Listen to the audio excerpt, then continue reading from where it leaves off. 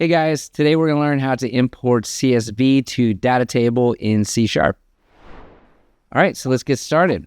This is a sample CSV file with a comma delimiter, and we're going to import it using the IronXL C# library and then convert it to Datatable. So before we get started, make sure that we have everything set up. We'll need to install the IronXL library, and that will help us with the CSV files. You can do that with the NuGet package manager. So to begin, let's go to the program.cs file. And here, I've already written the code to perform the task. So let's go through the code. First, we create a method to handle the CSV import process. So we'll define a class called CSV to Datatable with a static method named import CSV to Datatable. In this method, first of all, we'll check to make sure that the file exists at the specified path. And if the file doesn't exist, then we'll throw a file not found exception.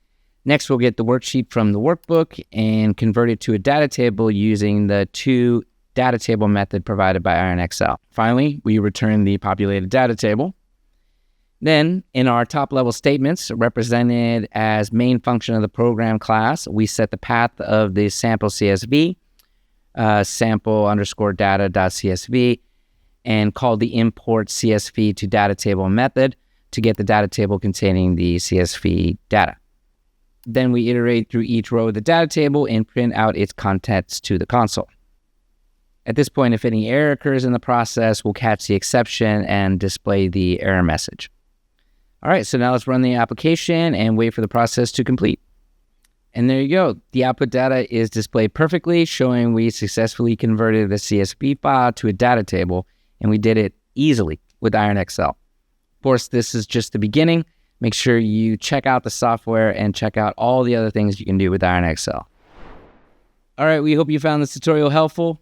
If you want to give us some love, click the like button, and you want to see more videos, click the subscribe button, and we'll keep these helpful tutorials coming. And if you haven't tried out our software yet and you'd like to do so, check out the link in the description below. That'll take you to the website where you can download, install it, and explore.